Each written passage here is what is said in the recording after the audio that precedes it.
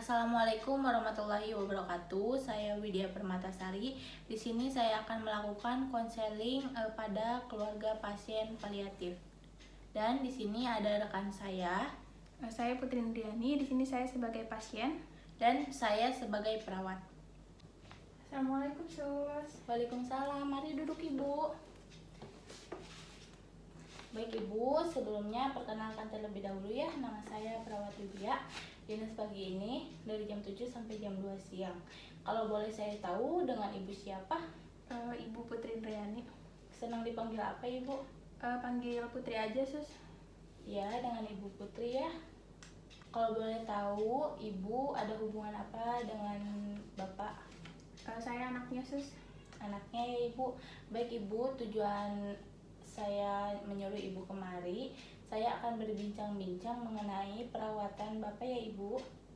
Iya Sus. Bagaimana perasaan Ibu saat ini? Perasaan saya merawat bapak saya itu, saya sudah merasa sudah lelah itu Sus. Saya capek dan saya juga bingung. Sedangkan bapak saya itu hanya mau ditunggu dengan saya. Dan saya kan punya keluarga ya Sus, punya anak, punya suami yang harus saya urus. Dan saya juga tidak tega ninggalin bapak saya. Ya Ibu, saya sangat paham dengan kondisi Ibu saat ini. Apakah Ibu mengetahui tentang penyakit Bapak? Iya tahu Sus. Apa yang Ibu ketahui? Bapak saya menderita penyakit stroke dan diabetes ya Sus. Ya betul Ibu, bahasa medisnya yaitu diabetes mellitus. Baik, kalau begitu kita mulai berbincang-bincang mengenai apa yang sudah Ibu ketahui. Ada beberapa hal yang akan saya tambahkan yang diperlukan keluarga dalam merawat Bapak. Apalagi tadi Ibu bilang bahwa Ibu merasa capek dan lelah dan Ibu bingung bagaimana memotivasi Bapak. Iya Sus. Untuk sekarang, apa yang membuat Ibu merasa paling khawatir sekali dengan kondisi Bapak saat ini? Saya khawatir kalau kondisi bapak itu makin memburuk. Padahal sebelumnya bapak cuma sakit stroke saja Sus. Dan nurut-nurut saja kalau disuruh, suruh minum obat, suruh makan yang dipantang gitu. Nah, sampai suatu hari bapak mungkin merasa bosan sama semua makanan yang dilarang. Akhirnya kondisi bapak semakin parah. Waktu kontrol juga waktu kontrol dan dicek itu ternyata bapak jadi punya gula. Nah, semakin hari bapak tidak mau nurut sama pandangan makanan. Lalu juga karena bapak nggak pernah diem, bapak sering jatuh, akhirnya jadi ada luka di kakinya gitu. Nah, sekarang lukanya nggak sembuh-sembuh Sus. Sekarang juga nggak bisa ngapa-ngapain lagi. Tapi walaupun bapak nggak pernah nurut sama saya, kadang saya juga ngerasa capek gitu Sus. Nah, saya sebagai anak merasa khawatir terhadap kondisi orang tua. Apalagi melihat bapak saya yang sudah tidak berdaya dan nggak bisa ngapa-ngapain Sus. Baik Ibu, saya sangat paham perasaan Ibu. Mohon maaf ya Ibu sebelumnya, apakah Ibu satu bersaudara? Tidak Sus, saya 2 bersaudara. Nah, tapi bapak maunya ditemenin sama saya terus. Saya kan udah bilang ke bapak saya bahwa saya itu harus kerja dulu dan bapak juga harus sementara sama kakak saya dulu. Tapi tetap nggak mau Sus. Saya sudah coba bujuk beberapa kali, tetapi tetap maunya sama saya saja. Padahal kan saya juga harus ngurus anak dan harus ngurus rumah gitu Sus. Soalnya kalau saya kerja terus saya harus kembali lagi ke rumah sakit dan ngurus bapak, kayaknya ya saya merasa lelah gitu Sus. Baik Ibu, sebelumnya apakah Ibu sudah mengkomunikasikan dengan kakaknya Ibu? Sudah Sus, tapi tetap saja pengennya tuh sama saya terus.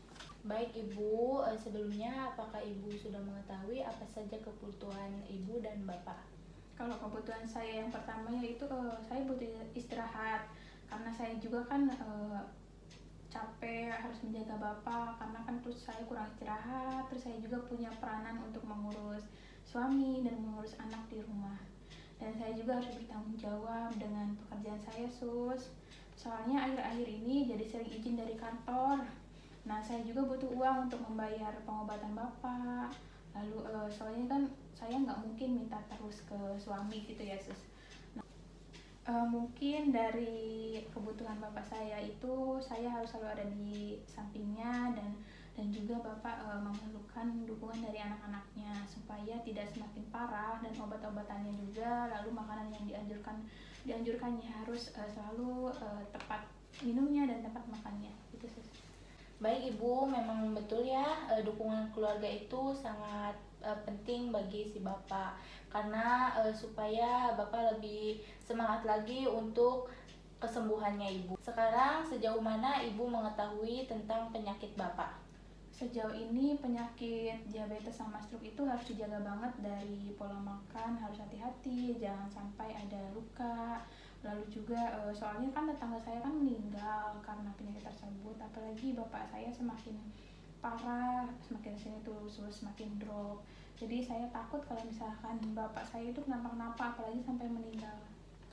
Baik Ibu, saya mengerti kondisi Ibu saat ini pasti capek, lelah, tapi Ibu jangan sampai mengabaikan kesehatan Ibu.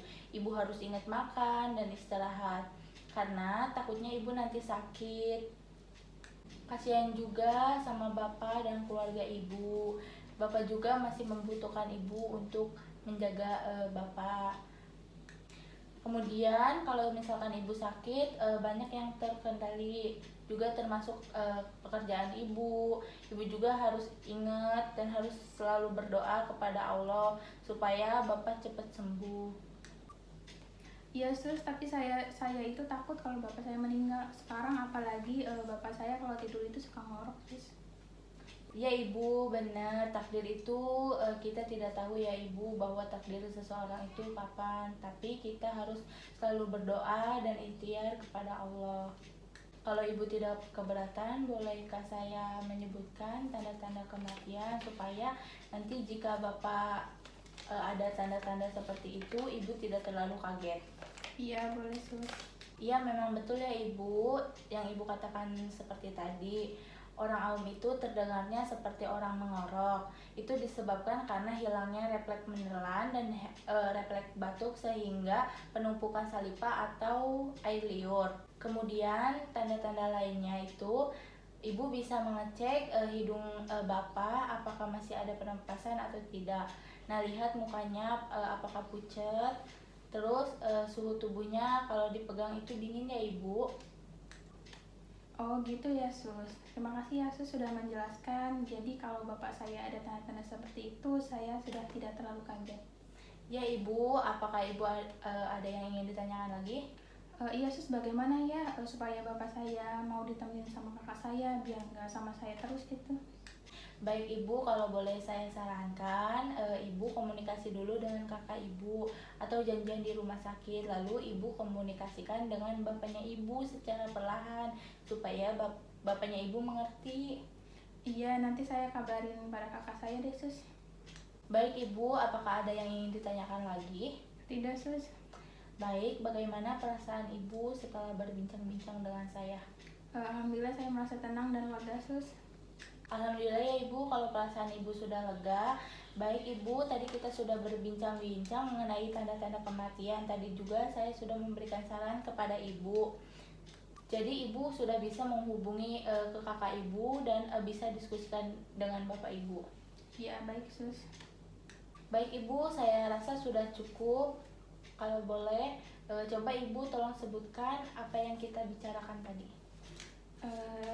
Mengenai yang bicara tadi itu seperti saya bisa mengetahui tanda-tanda kematiannya itu jika badannya sudah dingin, lalu mukanya pucat, kemudian juga nadinya lemah, dan saat tadi juga suster sudah menyarankan kepada saya untuk berkomunikasi dengan kakak saya supaya bisa bergantian gitu. Ya Ibu, benar sekali ya Ibu, Ibu sudah paham. Kalau begitu kita nanti akan berbincang-bincang lebih lanjut lagi ya Ibu untuk mengenai perawatan Bapak. Untuk tempatnya mau di mana Ibu? Sepertinya di sini saja Sus. Kontrak waktunya 10 menit Ibu, apakah Ibu bersedia? Iya bersedia Sus. Mohon maaf Ibu, sebelumnya apakah ada yang ingin ditanyakan terlebih dahulu? Tidak Sus, cukup. Baik Ibu, kalau cukup. Baik Ibu, apakah ada yang Ibu tanyakan? Tidak Sus, sudah cukup.